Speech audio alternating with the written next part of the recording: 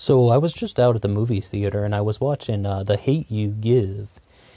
And overall, I was pleasantly surprised with the film. It follows the story of a 16-year-old girl named Star, S-T-A-R-R, Star with two R's, about how she's kind of living in between two worlds. Growing up, in a sort of poor, predominantly African-American neighborhood, losing a best friend to gun violence at the age of 10, and her father had connections to the drug-dealing world and did 3 years in prison for a crime he didn't commit. And, all of those, very, very, real-world street examples.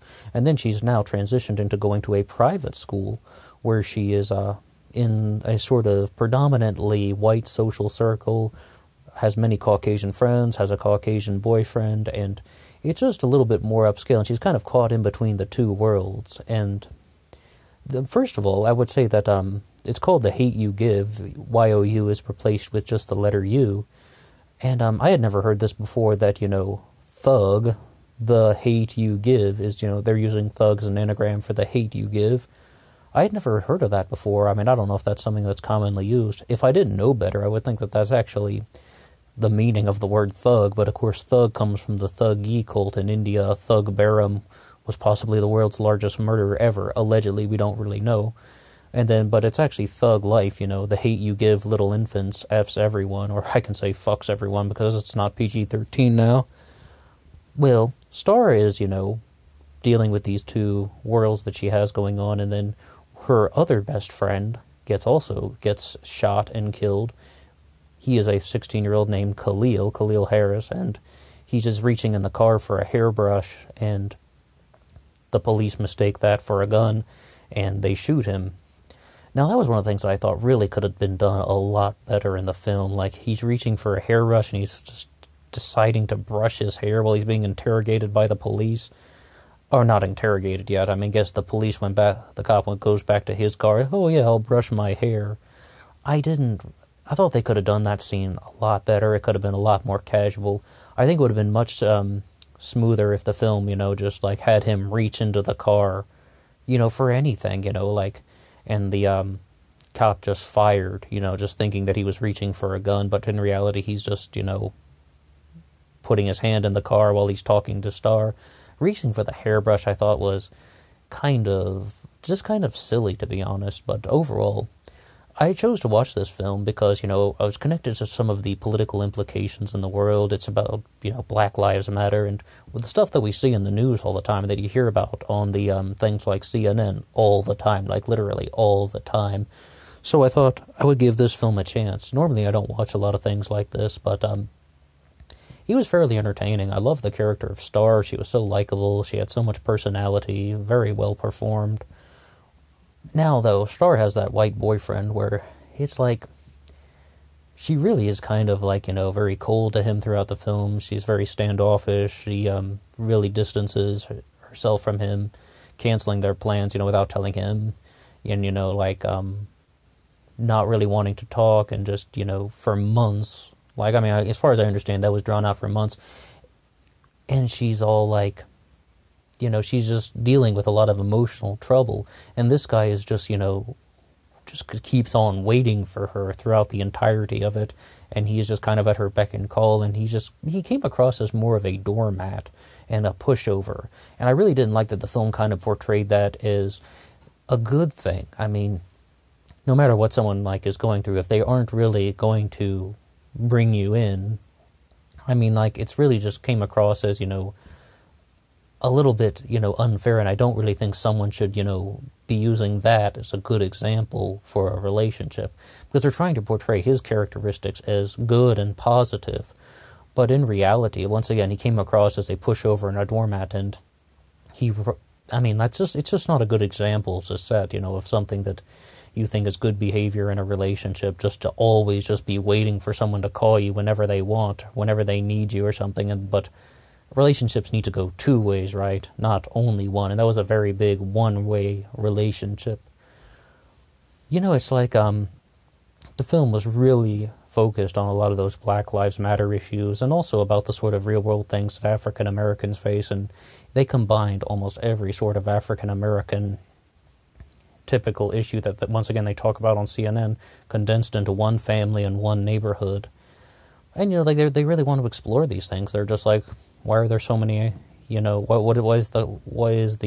are there so many police shootings involving African Americans? That was an interesting thing that I really thought they had in the film, because it's almost like you're just watching a couple of debates on YouTube or something. Because Star's uncle, Carlos, who goes by Los in the films, is a police officer. And she even asks him, what would you do if you saw, like a black man reaching into the car? And he's like, I'd shoot, but what would you do if you saw a white man wearing a suit and tie reach into his Mercedes? What would you do then? And he says, I would say hands up. It's a complicated world we live in. And, it's like, just hearing things like that in a movie, it's like there's some actual debate going on. There really is, kind of just some back and forth. I mean, people are actually discussing these gray area issues, because it is in the gray area that we really learn more about humanity. I wish I was the origin of that quote, but I'm not. It's in the gray area that we find more about humanity. But, like, that's what they're really trying to do. And, you really see that things are multi-sided. And Star also has a Caucasian friend named Haley. I don't know why I'm saying Caucasian. She has a white friend named Haley. And they definitely chose her as, the blonde, who was just kind of insensitive, who's just sort of saying things. Haley sort of represented the Blue Lives Matter section of the film, when, she's all about how, hey, the cop didn't know what he was reaching for. He was afraid for his life. He had to react. He had to respond. He's a human. He has a family. And, all of those things. And it's like, all of that is true. It's just, it's a multi-sided issue. And, like, the audience is really kind of left with this sort of open to feeling thing. Not open to interpretation, but open to feeling. It's just like, which one do you really agree with? I mean, like, and the answer is, all of these sides have points and issues. And, like, at first the film starts out, when, say, this character Khalil gets shot by the police, and, there's all these things about people that are questioning, was he involved with drugs? Was he involved with crime? And then you learn later on that he was involved with drugs and crime. And that the character Haley brings that up, and she's just like, all of these things are true about him. So I really liked how the film had that kind of balance. It had argumentation from different sides, and they were exploring a very multifaceted issue. And I don't know, we don't really find a lot of films like that. So I really thought that this was a very nice chance to just kind of bring the debate into sort of a fictionalized setting. However, one of the other things that I thought was a good thing about the film was that they chose to go for peace and not for order. I mean, they have that one guy in there, I don't know his name, I forget the actor's name. He was in The Hurt Locker, and he plays Falcon in the Marvel Avengers films. But he was in there playing the King Lord, like the king of all kings, like, one of the, I guess the kind of kingpin of the King Lords, the drug-dealing gang that kind of runs the neighborhood.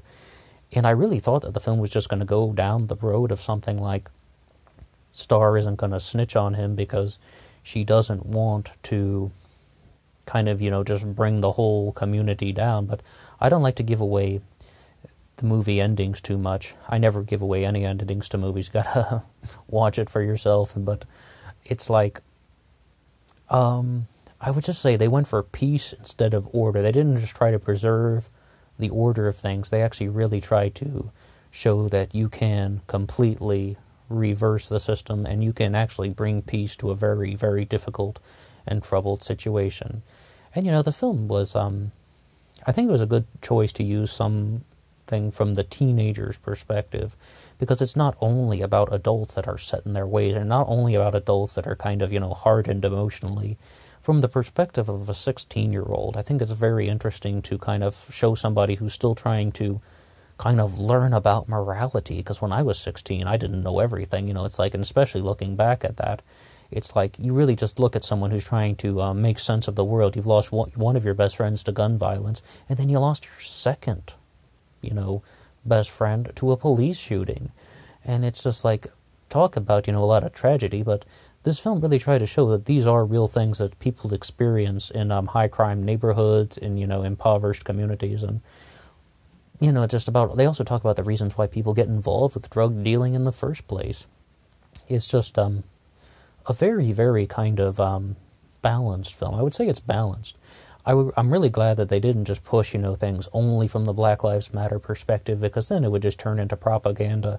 They actually sort of brought those debates that you hear on cable news into a film, from the Black Lives Matter, Blue Lives Matter, and just like trying to protect yourself, or people who are just like, we need to make sense of the situation, and it's all told from the perspective of a teenager who's still trying to understand things about the world.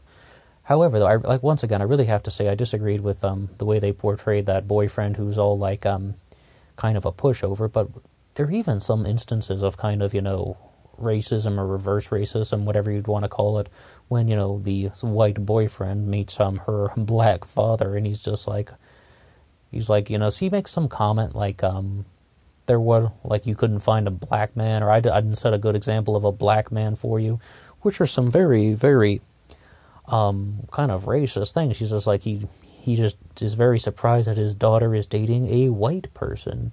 And, it's like, I know that might be something that people are really dealing with, but at the same time, it's almost just like, I guess maybe that's one of the things in the film that you're not meant to like. And at the same time, there it is, and I don't think a lot of people are really going to be talking about it, but that just kind of is what it is. I mean, it's still really there, and I mean, that's very kind of unsettling to watch, just that he has a problem with his daughter dating a white man. It's like, oh my goodness, I mean, 50 years ago, I wonder what the times would have been like. I mean, that film might have been received a little bit differently, but anyway, overall, I had a very positive feeling about The Hate U Give. Once again, it's really a completely different sort of film for my particular kind of, I don't really watch a lot of stuff like this, but I thought it was a great way to sort of, expand the discussion in a fictionalized way that covers some real-life issues that we experience in the real world. And they chose to go for peace instead of just preserving order or preserving the status quo. And also, they found ways, to bring sort of happier endings to very dark times that a lot of people experience. I love thoughtful films. Alright, well, that's all I have to say about The Hate U Give. The Hate U Give, Little Infants Fucks Everyone. Thug, The Hate U Give. Yep. They really... yeah, okay, I was going to make a really bad joke, but I won't. And that's all for me now. Until next time.